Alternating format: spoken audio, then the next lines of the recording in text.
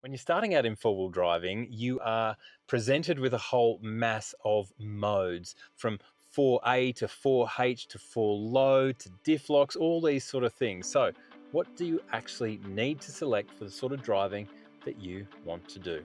Well, firstly, let's talk about all-wheel drive versus four-wheel drive. Well, all-wheel drive is the sort of thing that you will find on something like a Subaru Forester, and those all-wheel drive vehicles tend to have different characteristics to four-wheel drives. It simply means all-wheel drive that all four wheels drive, but there is no locking mechanism in between those different wheels that are driving that's going to lock things up and give you true traction. So it's basically an all-wheel mode drive is something that you can use all the time when you're driving around, whether it's bitumen, dirt, snow, whatever. You can use that whenever you like. It will give you more traction generally than a simple front wheel drive or rear wheel drive vehicle. Just keep in mind that the power to your wheels goes to the path of least resistance, and with no centre differential locking mechanism, your all-wheel drive could in practice be turned into a one-wheel drive.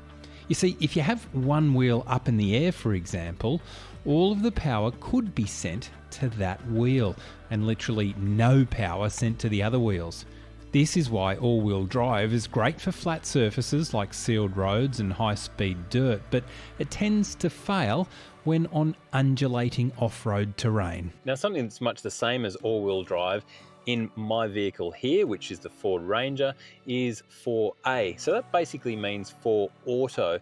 So it's essentially much the same. There's no center diff lock that's activated. It's simply all four wheels driving. And it's a wonderful thing to use on any sort of slippery conditions. So if it's a wet road, if it's a little bit of snow covered or a little bit of black ice possibly coming on up ahead, 4A is a great mode to select. Then we move to four-wheel drive. Now, four-wheel drive is typically a vehicle with higher ground clearance than an all-wheel drive.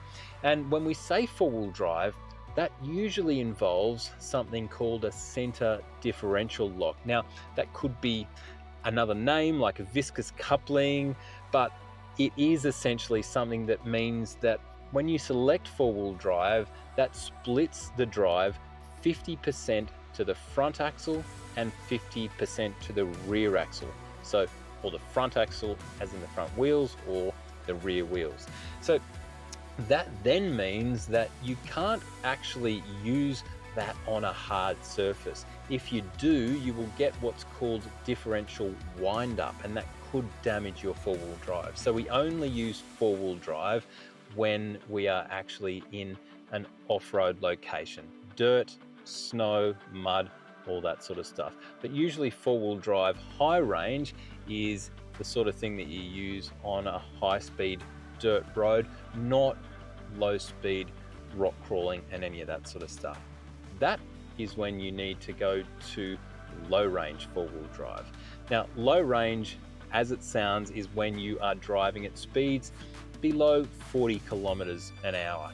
So when you're in that sort of mode, that engages the gears in the transfer case of your four-wheel drive, and that gives you a lot more torque but a lot slower speeds on your vehicle. So it's definitely not designed for high-speed driving. It is designed for crawling over rocks or crawling through really challenging terrain like heavy mud or really, really deep sand. Now, with sand, it is a challenging thing. Sometimes you might want low range, sometimes you might want high range four-wheel drive. If I'm going to boost up the beach on Fraser Island on a run-out tide, then you will only need high range four-wheel drive. But for example, if it is the middle of summer and I'm going through really, really deep sand, that is when I go, hang on a minute, I'm going to need to engage low range because I want all the torque I can get to get through that really soft, challenging sand on the track. Now, every four-wheel drive is a little bit different, and I'd recommend that you read your manufacturer's manual just to work out what you actually have to play with and what modes they recommend. And some manufacturers, like Ford, they actually have particular drive modes for different conditions. So rather than selecting high or low or 4 auto, you simply turn a little dial and shift it into sand mode, mud mode, rock mode, whatever you like, and the vehicle will do the thinking for you. Not only will it select the gears or the differential locks that you might need, but it will also modulate the throttle response in some modes, making driving really quite easy.